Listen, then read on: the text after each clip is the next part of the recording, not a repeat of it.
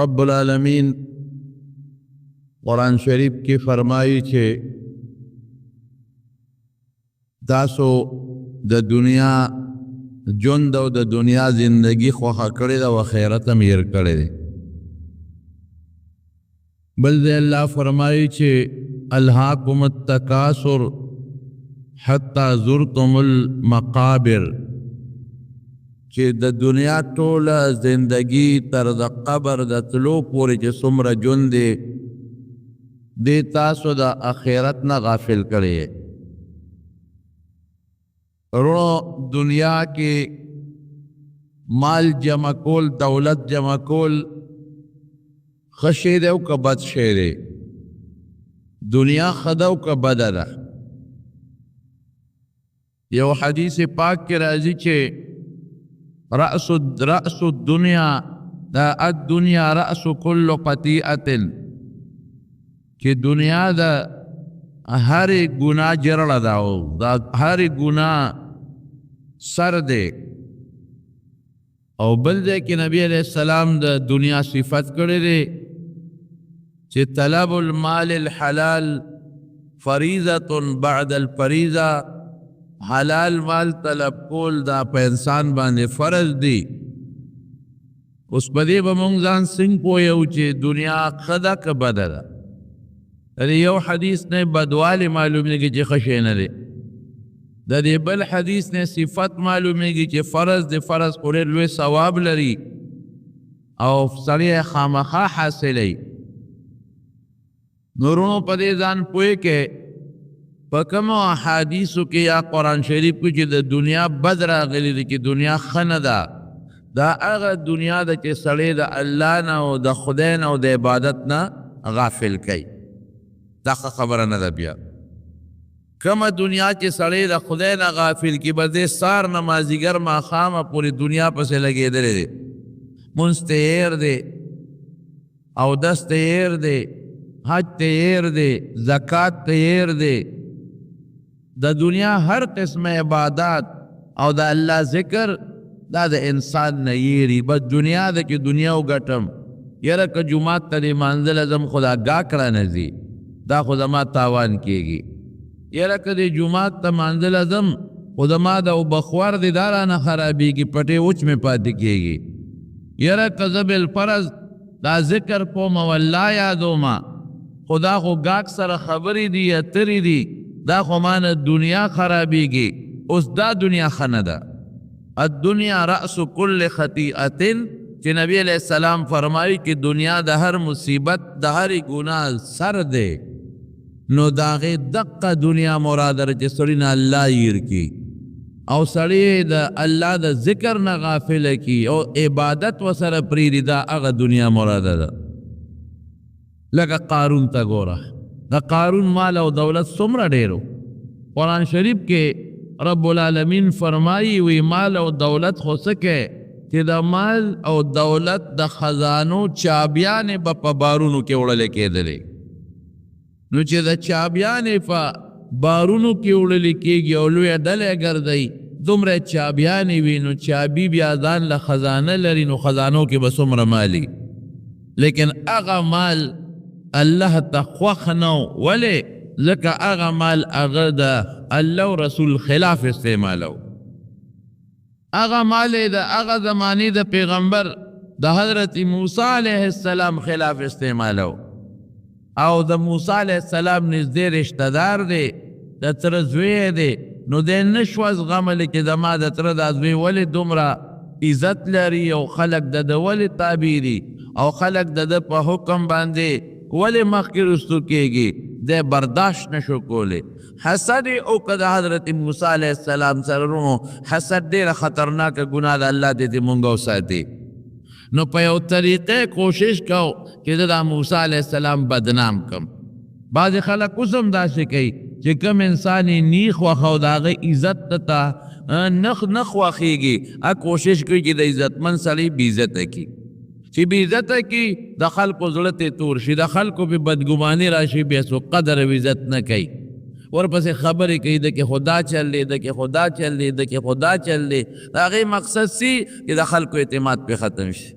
خلق په بیدبار شي، بیا به څوک د دین خبره نه اوري، بیا به څوک قدر او عزت نه کوي. څومره جرم دی وګټه. نو قارون د موسی علیه السلام په مقابله کې یو ښځه ولمسوله. څونه خطرناک جرم دی. او داسې ښځه ولمسوله چې هغه داسې ډم ټیپ ښځه وه او خوبصورته ښځه وه. هغه ولمسوله او موسی علیه السلام په یو لویه مجمع کې په یو مجلس کې لګیا دی تقریر کوي او دا ښځه پاسي جرأت نشي کولی، یریږي هم. بیا کېناسته، قارون پیسې ورکړې، دولت یې ورکړی، بیا ودرېدله، بیا کېناسته. تپوس ته وکړه موسی علیه السلام چې ته ولې په دا مجمع کې پاسې او کېنې؟ هغې په موسی علیه السلام الزام ولګاو. چې الزام یې ولګاو، حضرت موسی علیه السلام ورته غصه شو، وی رښتیا وایه، رښتیا وایه، الله نو سوال کوم، په هغه ذات ته ستا قسم چې ته پیدا کړی، رښتیا وایه، چا لمسولې؟ بس ویرېده ښځه، وی قارون پیسې یې راکړې دي، معافي غواړم، ما جرم وکړو، ما غلطي وکړه، قارون پیسې راکړې دي. حضرت موسی علیه السلام فوراً الله ته سوال وکړو، خدای راوینیسه. زمارونو د مظلوم دعا ډېره در قبلیږي، او بیا چې پیغمبر مظلوم او په پیغمبر ظلم وشي هغه ډېر الله زر قبلی. وی خدای راوینیسه، ځمکه اوښلېده او قارون پکې ننوته. وی نور یې مرونیسه، نورم ځمکه نورم لاندې راښکه. او دې چغې وی زما د توبې معافي غواړم، غلطی میں کړې ده خو معافي غواړم، زما د توبې بیا به نه کوم. اے موسی معاف مې کا، یا الله معاف مې کا. هغه غصه ناکو، وی نور یې مښکته کا، نامن یې نور مښکته کا، وی نور یې مښکته کا، ځمکې غیب کا. نبی کریم صلی الله علیه وسلم فرمایي چې د قارون د جهنم نه سزا نه علاوه د جهنم هغه خو خپله سزا ده، د هغې نه علاوه دا سزا ده چې تر قیامته پورې دی به په دا پونده تاویږي او په دا ځمکې کې به لاندې روان یې او تیزیږي به پکې. دا څومره خطرناکه سزا شوه. الله ذوالجلال موسی علیه السلام ته وی درنه خو یې زاري وکړله چې ما معاف کا، معاف کا، او معاف دې نه که. وی الله ما باندې تهمت ولګو، د دروغ الزام یې ولګو. وی ګوره بېوقوف و قارون که نه، که ما ته مخ کړی وي او ما ته یو چغه ویلی وي ممکن نه ما معاف کړی وي. دا هغه دولت تیرونو چې د پیغمبر خلاف استعمالیږي، د خدای خلاف استعمالیږي، او د دین خلاف استعمالیږي، او د مسلمان په بیدتۍ کې استعمالیږي. دا هغه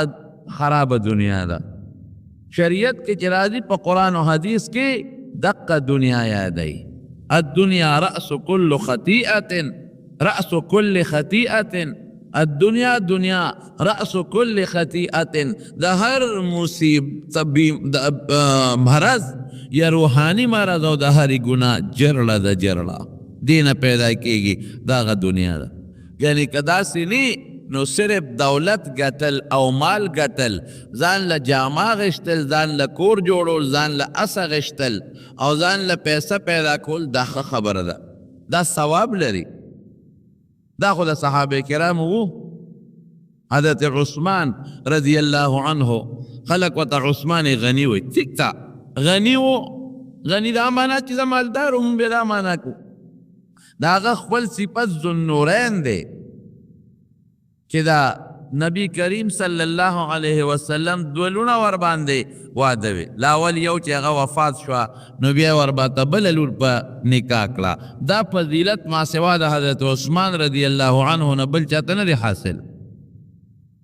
مالدار سونو د حضور پاک په زمانه کې مالدار.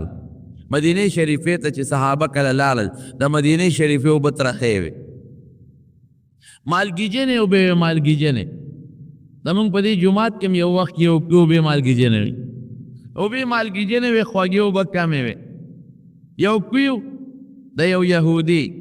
هغه له به مسلمانان تلل او اوبه به یې ترې راوړې، کله به یې پیسې اخیستې د خلکو نه، او د هغه یهودي چې به کله خوښه وه نو خلک به یې اوبو ته پرېښودل، او که خوښه یې نه وه نه به یې پرېښودل.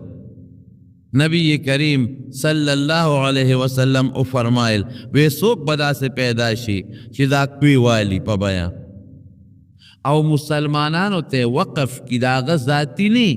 چې ویخلی خو مسلمانانو ته وقف کی چې څنګه ته دیو براو باسی چې هغه سي عام مسلمانان هم براو باسی. حضرت عثمان رضی الله عنه لاړو د خپلو ذاتی پیسو نه هغه کوي واغشته او مسلمانانو ته وقف کړ. دا پیسه اوس په خراله کرانه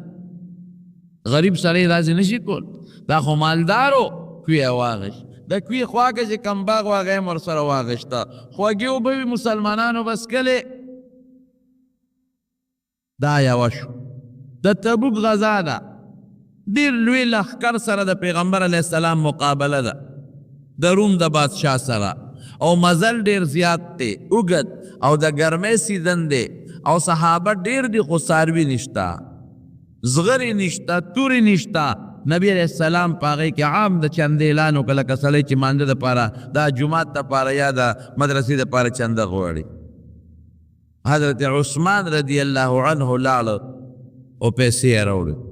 او دومره پیسې یې راوړې چې نبی کریم صلی الله علیه وسلم ته یې مخې ته وغورځولې او نبی علیہ السلام به پکې د لاسونه مبارک ومنډل او دا پیسې به داسې اوچتولې او خوشحاله ورته دې پیسو ته چې اوس به زما د لښکر انتظام وشي. په دې هم صبر ونه که لاړ وې حضرت داسې به وکړو چې څومره ستا لښکر دی د نیم لښکر د ټول انتظام زما په غاړه دی. د هغې اوښان، د هغې زغرې، د هغې تورې، د هغې کتې، د هغې د اوښانو د پلو پورې چې څومره دي د نیم لښکر ذمهداري زما شوه. تاسو خپل اندازه ولګوئ چې په دې به څونه پیسې لګېدې. لکونه روپۍ درهم ته جوړېدل. نبی کریم صلی الله علیه وسلم دا ورته ونه وایي چې عثمانه دا دونه پیسې دې کوم ځای دي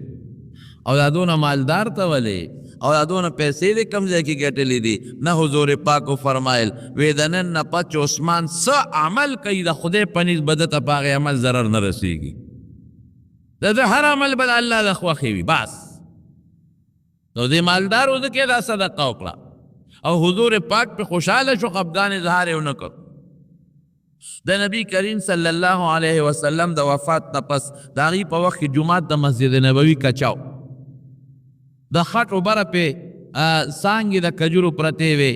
او د کجورو ستنې وې. حضرت عثمان رضی الله عنه جومات مکمل ونړو. بعضې صحابه پې خفه و، هغې وې دا زړه نقشه مه ختموه او جومات ولې جوړی پوخ جومات جوړول ښه نه دي. حضرت عثمان رضی الله عنه وی داسې کار دی وی د نبی علیہ السلام په زمانه کې د خلکو کورونه کچو او کوټې هم کچوي، نو که جومات کچو نو خیر دی. اوس خلکو ځان له کورونه پاخه کړل، د خلکو کوټې حجرې دیوالونه پاخه شو، د ګټو شو، د پخو شو. نو که جومات کچوي دا د جومات توهین دی او بېعزتي ده او بېادبي ده. او د بهر نه وفدونه راځي د کافرانو او د نورو خلکو، نو چې زمونږ جومات ته ګوري د هغې په زړه کې د دین عظمت او لویي نه راځي. جومات ورته خشته کوم او یې د بیت المال پیسې پې نه لګوم، ذاتي پیسه پې لګوم. نو د فرانس نه هغه زمانه کې او د نورو ملکونو نه منقشې ګټې راوړې، نقش و نگار پې شوی و ښه شته اعلا او دومره اوږدې تیږې راوړې چې یو تیږه د ویښ نه تر د سره پورې ستن کارې ته واخیسته. دا به یې راوړې سینګۍ او دا به په څونه پیسو په قیمت دا یو ستن جوړه شوي. هغه ستنې یې راوړلې، هغه یې پکې ښخې کړې، په هغې نقش و نګار و ډېر ښایسته مزېدار او پیوند پکې نو، یو سر به یې وله په ځمکه کېښود بل به یې چت ته ورسېده او د پاسه یې د ساګوان لرګې وله راوړه د برمانه د ساګوان لرګې، د نختر نه هم د ساګوان لرګې قیمتي دي. اوس هم د مدینې منورې په دروازو کې چې کوم لرګې لګېدلې هغه د ساګوان دی، عربی کې ورته ساج وایي ساج. او هندوان دا خپل مړي سوځوي، نو چې کوم پکې قیمتي مړي لکه اندرا ګاندي هغې د ساګوان لرګې راغوښتې و په هغې یې سوځولې وه. دا ډېر قیمتي لرګې دی، د دیار لس چنده شل چنده قیمت زیات دی. د ساګوان لرګې یې راوړه او په هغې نه یې وله چت جوړ کړه، برګې او د برګو د پاسه تختې او ورونه او دروازې. چا به خبرې کولې حضرت عثمان وی کور مې پوخ دی او د صحابه کورونه هم پاخه دي، نو د خدای کور دی ولې کچی او زه پې د چندې د بیت المال پیسه نه لګوم، ذاتي پې لګوم، ولې خلک خفه کېږي. جومات یې جوړ کړ. دا اوس مالدار و ځکه یې جوړ کړه که نه، چې غریب و دی نه شو جوړولی. لیکن چې کله حضرت عثمان نه محاصره وشوه باغیان راغلل او د کور نه ګیر چاپېره تو شو اوبې پې بندې کړې جومات ته یې مانځله بند کړ حضرت عثمان رضی الله عنه په دیوال ورښکاره شو وی خلکه یو تپوس ته نه کوم وی تاسو ته پته ده چې نبی علیه السلام مدینې ته راغی نو خوږې اوبه نه وې نو ما کوي واغېشت بیرې رومه او په ذاتي پیسو مې واغېسته ویه نو ظالمانو نن د هغه خپلې کوي اوبه م را باندې بندې کړي دي ترخې اوبه څکم او تاسو ته پته ده چې د حضور پاک جومات را کوټې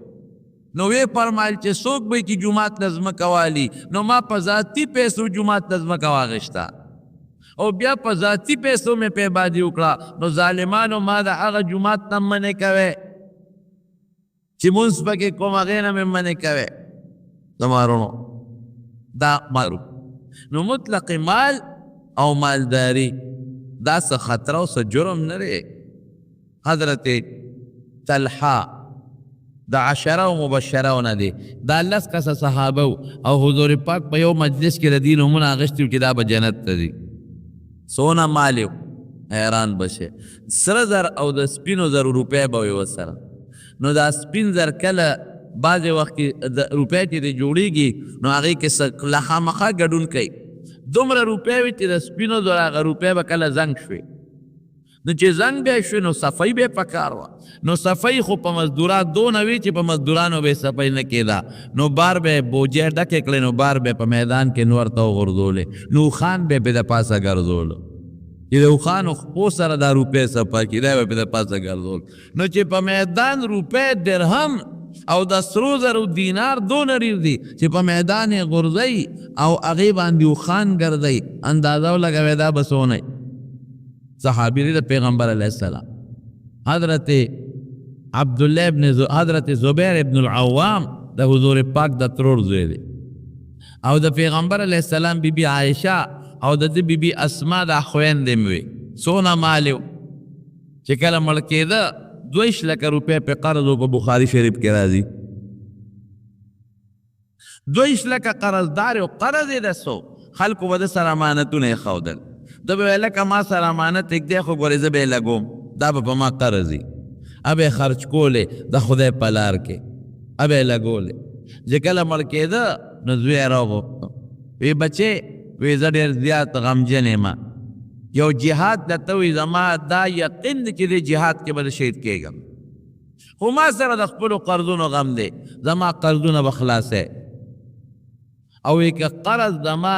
خلاص نه چو مال میں کم و قرض زیاتو نو زما د مولانا سوالو کا مولانا میں غواړه در به کی وی ما ته تپوسو که بابا مولا دې څوک دی وی رب العالمین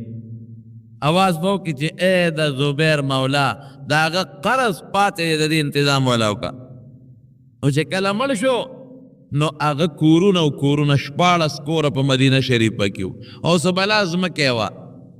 هغه یې خرڅولو باندې شروع کړه 2 لکه روپۍ قرض یې ورته ورکړه وصیتونه یې کړي هغه وصیتونه یې ورکړل او میراث کې یې ورکړه او ټول مال یې څونه چې خرڅ یې کړل 2 لکه کم 6 کروړه درهمه دې مال پاتې شو 2 لکه کم 6 کروړه درهمه چې نن سبا درهم قیمت ته وګورې نو نن سبا ته اربونه روپۍ جوړېږي اربونه روپۍ ته جوړېږي مالدارو نو مال جمع کول او مال ساتل دا مې دې پورې وي دا منه نه دي عبدالرحمن ابن عوف رضی الله عنه صحابو کې پوره مالدارو دې چې کله مړ شو څلورې بیبیانې دي نو یوې بیبي یې وی داسې وکړه چې مال خپله پوره حصه مه راکوې مالا نه اسونو کې غواړم نه په اوښانو کې نه ګډو چیلو کې او نه په ځمکه کې نغد مال کې هم پوره حصه مه راکوې لږ غوندې راکړې په نغد مال کې نو چې 4 ښځې وي نو د 4 واړه ښځو په شریکه 8 حصه کېږي چې د سړي اولاد دي د یوې پکې 22 حصه کېږي د دې 22 حصه کېده ډېر لږ شو نو دوی په ځمکه کې حصه وانغېسته اسونو کې اوښانو کې ګډو چیلو کې جایداد کې وانغېسته کورونو کې او په نغد مال کې هم پوره وانغېسته لږه یې واغېسته لږه څونه وه هغه 80,000 دینارو اشرفی ورته وي د سرو زرو سکه ده دا مالدار صحابه و نو زمارونو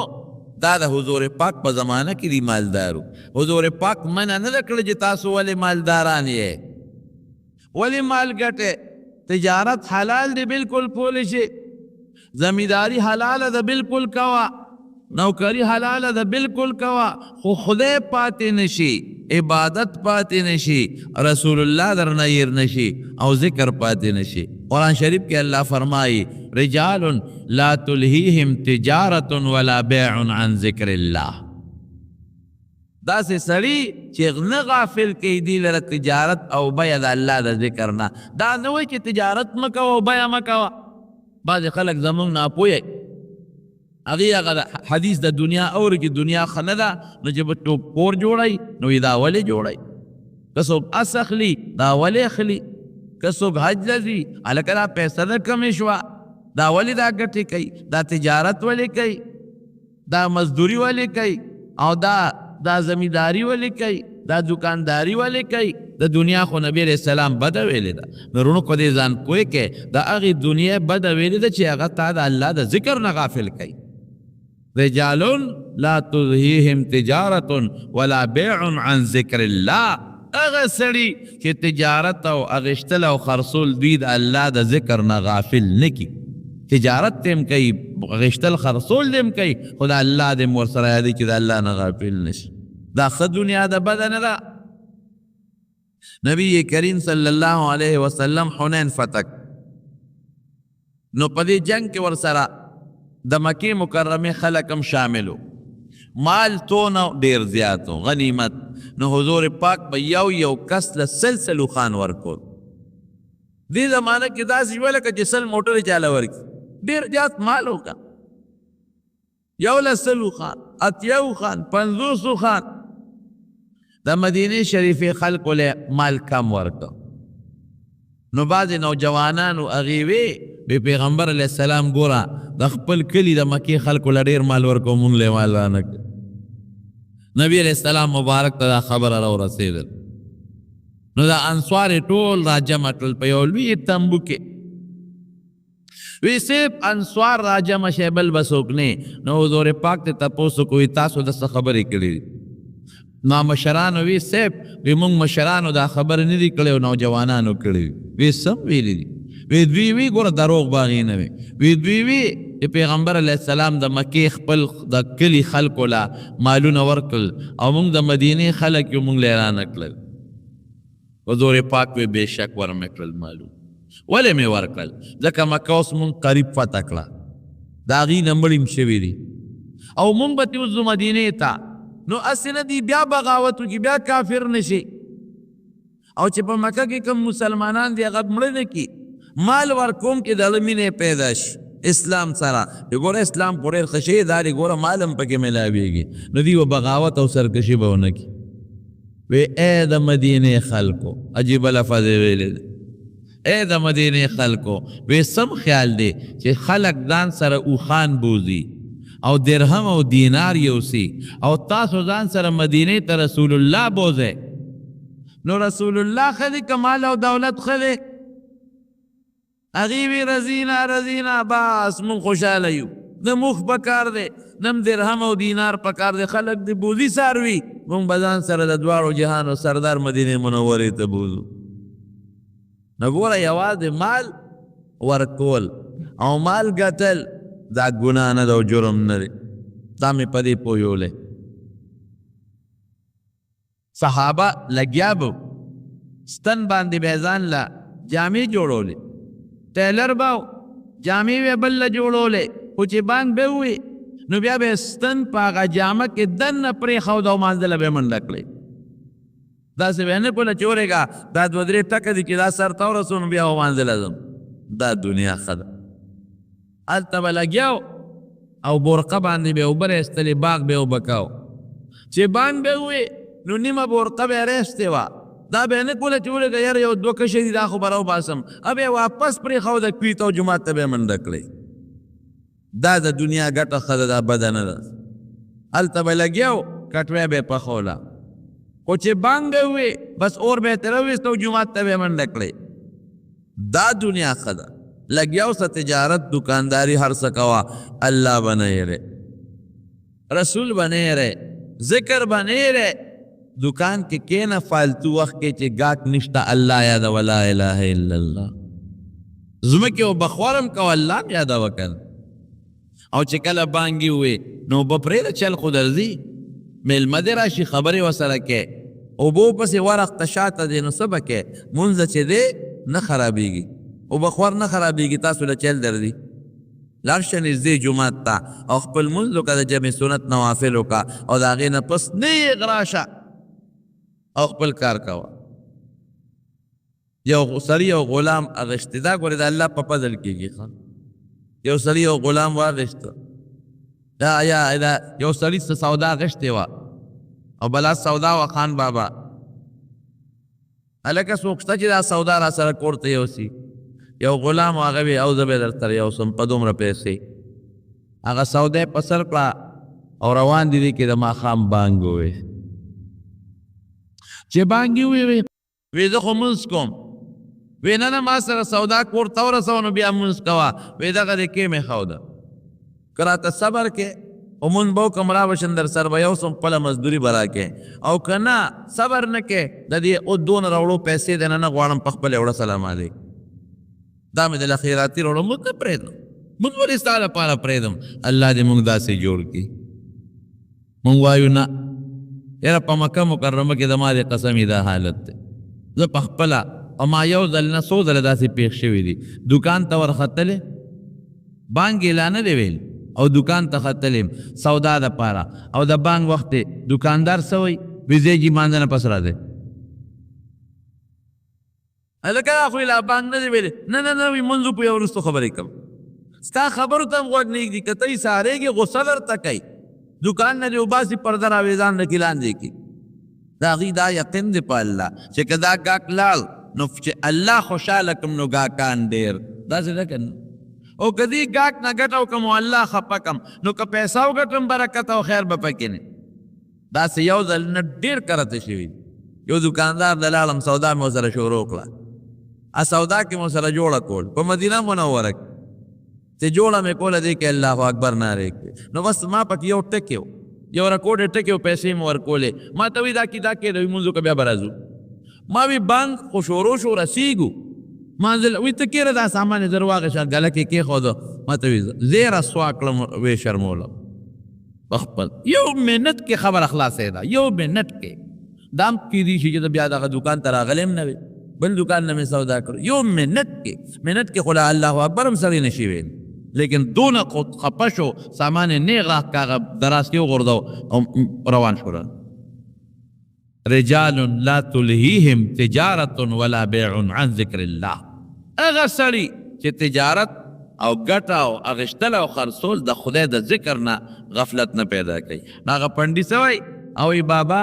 زه دغه د مانځه لاړم صبر کولی شي خو سمونځو کوم را بشم د سره به یو سم پیسې به راکړي مزدوري او که صبر نه شي کولی په خپله وړه هغه هم قریب حیران شو چې اوس به څه وکړم نیمه لار کې خو ما ته بل پنډي نه میلاویږي دی لاړ مانځله چې مانځله لاړ 3 رکعته مونځ وکړو ورپسې 2 رکعته سنت وکړل اوس که بل سړی وي که نه ای به چې ورېږه ورځم هسې نه بل مزدوري چېرته یو نسي نیمه لار مزل مې کړی دی هغه مې مو بوړي 2 رکعته نفل شروع کړل ښه په اطمینان ورپسې 2 بیان شروع کړل ورپسې 2 بیا شپږ رکعتې سنتو پسې نفل هم وکړل اوابین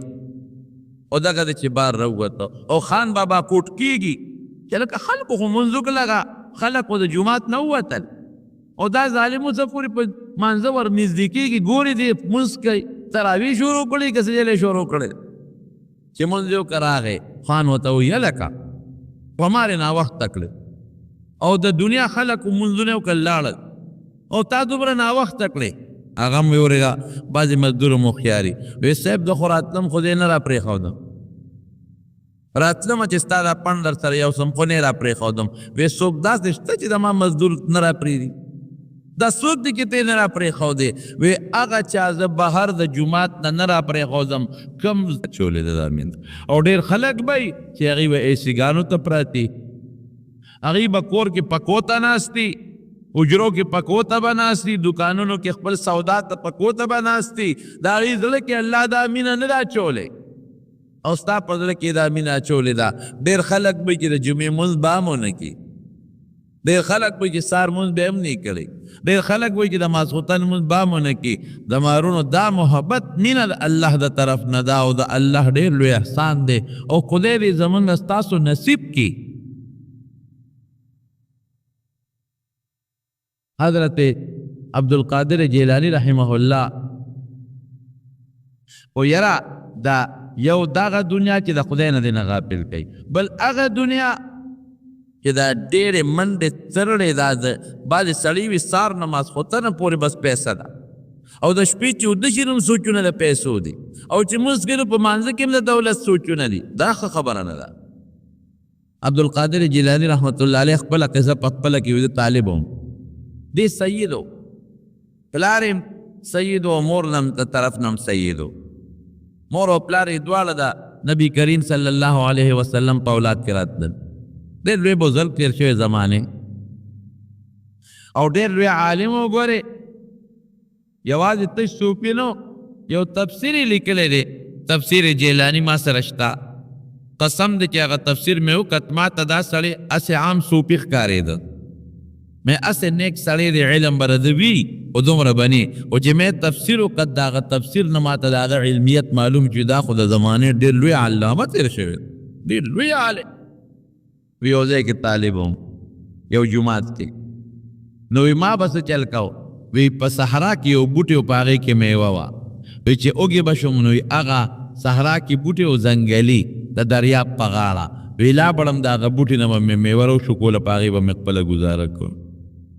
دا د وظیفو دا رواج صرف زمونږ په دې علاقه کې دی، ګورې دا بل ځای نشته.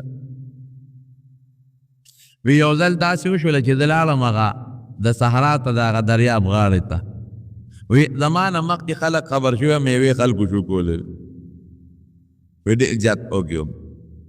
وی چې جومات ته رالم، جومات کې یو سړی ناست دی ډوډۍ خوري،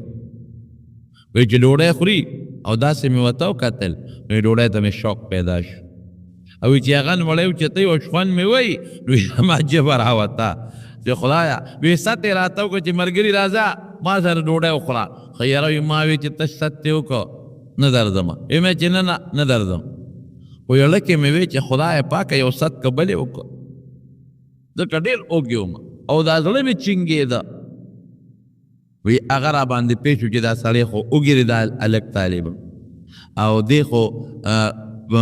غیرت پکې دی نو په یو ست نه راځي. وی را پاسېدو، وی ما ته وی چې راځه ما سره ډوډۍ وکړه. وی د مټې ونې مې ورسره کېناستم، وی ډوډۍ مې ورسره شروع کړم. وی ما ورته چې میلمه ده کوم ځای؟ وی ما ته وی چې د جیلان نه راغلی، د عبدالقادر جیلاني د کلي دلته څه کوې؟ وی یاره دا یو بوډۍ ښځه ده زمونږ ګاونډی ده، هغې ما ته وی چې زما زوی دی او فلانکې علاقې ته تللی عبدالقادر یې نوم دی، دا 100 روپۍ راکړي چې که مهرباني دې وکړو دا پیسې دې وله ورسولې. هلته به چې د جومات کې مدرسه کې سبق وي دا پیسې وله ورسوه. عبدالقادر جیلان دی. بې رالم دا ټولې مدرسې جوماتونه مې لنډ ټل کړله، چڼ کړل، خو هغه هلک مې پیدا نه کړ. نو وي اوږې ومه نو په هغه پیسو مې دا ډوډۍ ځان له پکې واخېسته، نو هغې ته ناست دی. وی ما ورته وی چې دا پیسې خو زما دي، عبدالقادر خو زما نوم دی او دا خو زما مور باندې رالیږلي دي. وی سړی ملامته شو، وی مې چې مه ملامته کېږه خیر دی. دی یو ځل ناستو عبدالقادر جیلانی رحمه الله دا ډېر زیات مالدار سړی و، غریب نو. یو سړی راغی دی غوږ کې ورته څه خبره وکړه، دی ورته وایي الحمدلله. لږ سوچ یې وکړ بیا وایي الحمدلله. نو بیا درس کې لګیا دی، نو یو بل سړی راغی هغه ورته غوږ کې څه ټکي ووې، نو دی لږ سوچ وکړ نو بیا وایي الحمدلله. یہ درس لاش یو طالب ولا راغی، وی حضرت دا څه چلو چې هغه راته خبره وکړه نو لږ سوچ نه پس ته الحمدلله وی. وی دا دغه سړی راغی، وی زه ما ته وی چې ستا کومه کښتۍ ده مال را روانه وه په دریاب کې، نو هغه کښتۍ غرقه شوه. نو ګوره چې کښتۍ یا مال د چا غرق شي خو مسنونه طریقه ده چې سړی وی انا لله و انا الیه راجعون. دا مسله ذهن کې واچوئ ښه کہ بجلی لاړه تکلیف درته ورسېد لږ دې که ډېر نظر وایه انا لله و انا الیه راجعون. بجلی لاړه شي، مال دې روک شي، تکلیف درته ورسي، لاس پرې زخمی شي، گاڑی دی خراب شي، اس دی ګوډ شي، خو چې معمولی تکلیف ورسید نو نبی کریم صلی الله علیه وسلم به فرمایل انا لله و انا الیه راجعون. او چې خوشحالي درته ورسي نو فوراً وایه الحمدلله. نو عبدالقادر جیلانی سے وی داغه سړی وی چې سید چې درته وی چې کشته غرقه شوه نو دا خو تکلیف وته انا لله ولې نه وی چې الحمدلله دی وی نه نه نه وی ما دې خپل ته سوچ وکړو چې زما له دې کشته پسې غرق دی مال پسې خپه دی وکنه وی الحمدلله علم مطمئنو پټې خفګانم پکې نو ما د خپل زړه په اطمینان د وجه الحمدلله علم مطمئن. دارنګ یو بل بزرګ دی چا ورته وی غل دې کندر کړی دی او بېګا ټول مال یې وړی دی وی الحمدلله. چا ورته وی سنتو خلاف دی وکړل سنتو کې خو به انا لله وی تا الحمدلله وی الحمدلله په دې ویما چې مال یې وړی دی ایمان یې رانه نه دی وړی. ایمان چې د سړي لاړ شو برباد شو او مال خو المال غادن ورا مال خو نن ځي او سبا راځي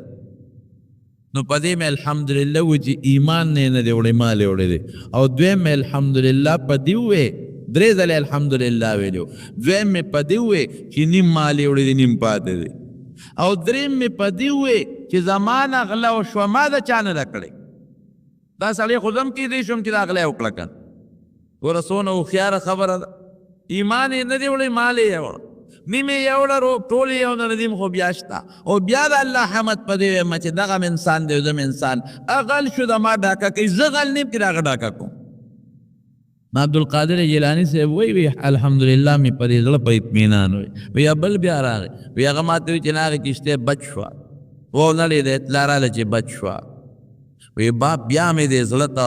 نظر واچو چې زما دا زړه په دې څونه خوشحاله دی په دې بچ کېدو باندې لکه بعضې وخت سړی مال وموني د غر کېدو نه بچ خوشحاله شي که نه وی زړه کې مې هېڅ تغییر نو راغلی و مقاسې و چې څنګه مخکې و مې چې الحمدلله. اوس دا عبدالقادر جیلانی ډېر مالدار د دنیا دولتمند لیکن زما رونو مال پسې داسې لیوانې نو لکه مونږ خلک چې ورپسې لیوانیان یو زړه یې مطمئن او مال شته که نشته. اوس دا دنیا ښه ده نو دا مې راته د دنیا دو حاله و دنیا هم ده او خراب هم ده. مطلقا دا به نه وی چې د دنیا ګټه حرامه ده او تجارت حرام دی نه ښه نوکري کوه حلال او ښه ډېرې پیسې ګټه تجارت کوه ښه ډېرې پیسې ګټه او زمینداري کوه او ښه ډېرې پیسې ګټه حرامې نه حلالې خو الله مه هېروه مونځ مه هېروه زکات ورکوه صدقه کوه مونځ کې سوچونه ره دنیا او تجارت مه کوه مونځ کې الله ته متوجه کېږه بس دا دنیا بهتره ده. او هغه دنیا چې سړی پکې لګیا دی مونځ یېر خدای یېر ذکر یېر صدقه نشته حج نشته زکات نشته مسلمان سره ښېګړه نشته حلال حرام ته نه ګورې خو را جمع کې او د دنیا سوچونه لمانځه کې د دنیا سوچونه بس یې ډېره مې کړې ډېره مې کړې عبدالدرهم دی او عبدالدینار دی لګیا دی نښتې دی ورپسې دا ښه نه ده بیا. صاحب د مرقات یو واقعه لیکلی دی یو سړی جومات ته راغی د جومات ته دې څنګه راننوته او عجبي رحمد عثماني صاحب هم لیکلی دی وی د دنیا د جومات په دې ګوټ کې یو ځای کې یو سړی ولاړ دی بل ګوټ کې هم ولاړ دی بل کې هم ولاړ دی بل کې هم ولاړ دی یو خشته انسان دی ښکلی او هغه سره خوانچه ده او پکې قسم قسم خوراکونه دي نو دا خوانچه یوړه ګوټ کې چې کوم سړی ولاړ و هغه له یوړه هغه ته مخ واړه او داسې سپک تندي ورته وکته ده وله دې بل طرف ته دی خشته انسان وله دا خوانچه دې بل طرف ته راوړه دې خوانچه کې اوس قسم قسم خوراکونه دي د هغه زمانې قسم قسم اعلی قسمونه دي نو عادت رامخ داسې تروش کو بل طرف ته یې واړو هغه وله هغه خوانچه دې بل طرف ته مخ راړه یو دی ورپسې خوانچه ګرځئ اخره کې محنت هم کوي چې واله او ډوډۍ وخورو خیر دی او دا دی هغه دی اخره کې هغه یو وډوکې راواغېشت هغه یې وخوړه چې ویې خوړه نو دا خوانچې والا نه دا خشته هغه هډوکې اوچت کړه د په دې مخ یې وویشته چې غوښه به یې خوړه هډوکې به یې راغېشته او دا چې چا والا خوانچه د په دا مخ یې لګیا دی اولي او دې بیا هم هغه راځي کوي چې خیر چې ما اوله خو دا ډوډۍ وخوړه چې موړ شو بل له ورغی هغه بل هم ته کله مخ یې وخوړی که دې مخ بل خوړی د ورته خوانچه نیولې ده جي دا دا وخوره دا وخوره اتې مخړې رکشه لرشه نه خورم لکه سړی چې خفه شي ډوډۍ نه کړو دی یاره دا کوي رضا کوي منځداري ورته کوي اخره کې چې رضا کا ډوډۍ اډوکې راواغه شوې خوړه چې اډوکې به اوچت کړو دقه ښکلې سړی دا چاوله خوانج لوړو دا به یې پې وویست دا څلورو واړو سره دا چلو کو دا سړی دی که نه دی اوس دی وایي چې دا زه اوږې دی دا ملګری او دې خوانچې ته نیغ نیغ ګوري چې دا ماله به کله راځي چې هغې له یو سین دی ورشي هلته ورته ودرېږي چې دې پسې به داسې راشي هغه دا لار پرېږدي هلته لاړ شي بله دې لاړ شي ورته هلته ودرېږي چې لکه په مې نظر شو هغوی یې ولي په هډوکو زه په او مخ هم تیاړی او زه ورته محتاج یم اوږې مې ماله ولې نه راوړي هلته ورته ودرېږي چې هغه له ورکړي بل ګوټ ته لاړ شي خدایا پاکه لار خدا ورخ یې پرېښود په بل طرف لا هلته ورته ودرېږي خو چې هغه څلور واړه کسان ښه ماړه شو اخره کې دله راوړه دې خو در مخکې نه پته مو او خوشحاله ورته بس داړو د نر بچي سوچ نه دی کړی او نه یې مخ یو خوا بل خوا اړولی دی د اډوکې راواغېست چې اډوکې څنګه راواغېسته نو اډوکې اوچت کړو دا ویشتونکې پرې وویشته او چې ویویشت هغه خوانچه کېښوده او دې مری کې ونیو ستا هغه داسې وویشتم ولې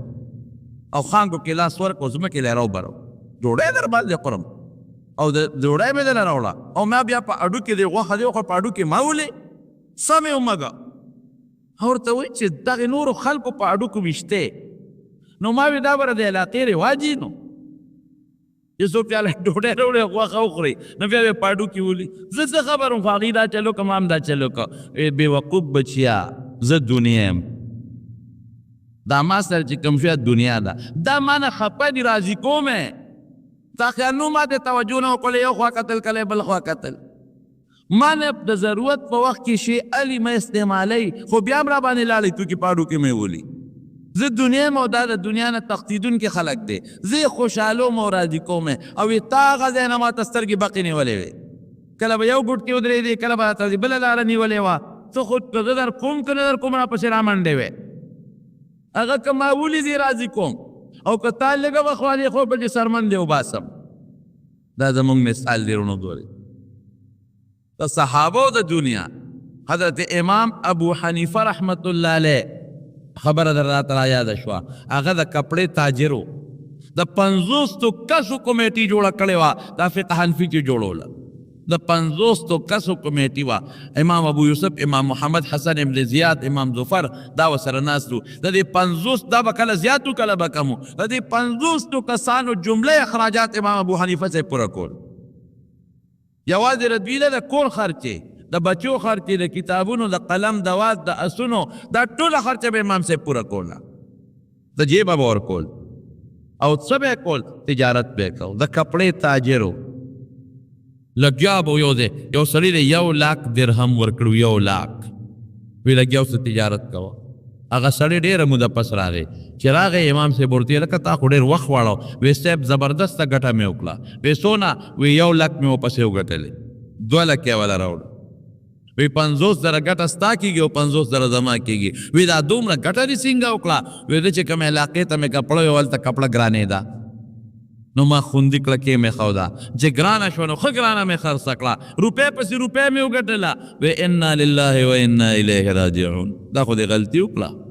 دا خو د خلکو د ضرورت نه ناجیزه فایده واخیستله وی ښه وایه ستا پکې څونه ګټه کېږي 50 زره کور ته لاړ 50 زره یې د کوره راوړېدلی ورکړئ او دا اصل 1 لک او 1 لک ګټه به یو شي دا هغه علاقې په فقیرانو به تقسیم کړي دومره پرهیزګار او لګیاو خرچې به هم کولې د ټولې کوفې د کونډو رنډو یتیمانانو مسکینانو لست امام ابو حنیفه سره پروت و خزانې والا سره لست پروت و په رمضان کې به جامې ټولو له لېږلې او د اخترونو جامې به هم د هغوی کولې او اوړه او هغه زمانه کې چې کوم اجناس د خوراک دي دا به خلکو له کورونو ته رسو دومره سخي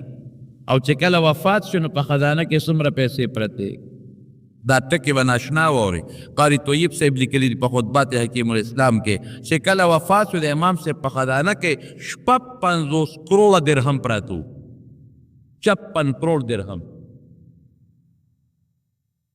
درهم په 100 دی، نن سبا به شرعي درهم کم از کم په 80 روپۍ وي. نو 60 70 نه په 56 کروڑ کې ضرب ورکړه، اربونه ته جوړېږي که نه جوړېږي؟ دنیا منع نه ده، دنیا ګټل حرام منع نه ده. طلب المال الحرام حلال فريضة بعد فريضة. تجارة رجال لا تلهيهم تجارة ولا بيع عن ذكر الله. بعض خلق دا وی لکه دا ولی دا سړی دکانداری کوي، دا ولی دی دا تجارت کوي، دا ولی دی دا نوکری کوي، دا ډېر پیسې ولی ګټي دی که نه؟ ښه کوي چې ګټي. خو یاره چې الله او رسول ته هیر نشي، منځ ته هیر نشي، ذکر ته هیر نشي، بچي د الله نه غافل نشي او دی په خپله د الله نه غافل نشي، په دې دنیا به جومات هم جوړ کې، حج به مو کې، عمره به مو کې، فقیر مسکین سره امداد به مو کې، او که نور اسم نه د بل د سوال نه خو پې بچ شوی که نه؟ بچی د بل د سوال نه خو بچ کړل که نه؟ دا ډېره لویه خبره. لیکن هغه دنیا چې حرام او حلال نه پېژنې پوره جمع کې، هغه دنیا چې د منظر نه هیر، روژه هیره، زکات هیر، حج هیر، عمره هیره، جمعات کې صدقه کېږي، تا جیب ته جلنده والې ده، جمعات کې کار کېږي، جیب کې د زیړ لړم ناست دی، بل مسکین دی خوا کې د لوږې مري جیب کې د زیړ لړم ناست دی، هغه له نه ورکوي. دا خطرناکه دنیا ده. زما وروڼو دا مې دې پورې و چې سړی حلال مال طلب کوه، بے شک طلب کا. حضرت سلیمان علیہ السلام د ټولې دنیا بادشاہ نه دی، حضرت داود علیہ السلام بادشاہ نه دی، حضرت نبی کریم صلی الله علیه وسلم له یو ځل مال راغی، بلا پیسې وې په میدان باندې وغورځولې، میدان باندې چې په میدان یې وغورځولې، صحابه راتلل چې کوم محتاج هغې له یې ورکولې، څونه یې ورکولې، دې ته م وکیل. ګوره که یوازې مالداري منه وې نو بیا باید 5 شپږ روپۍ ورکړی وې، وې نه چې څومره وړی شی وړی. حضور پاک خو سخي ډېر زیات دی. حضرت عباس رضی الله عنه راغی، وی صاحب زه خو به ډېرې وړم، ځکه چې ما د بدر د 2 قیدیانو د ځانم او دروارم فدیه ورکړې ده. وی یو څه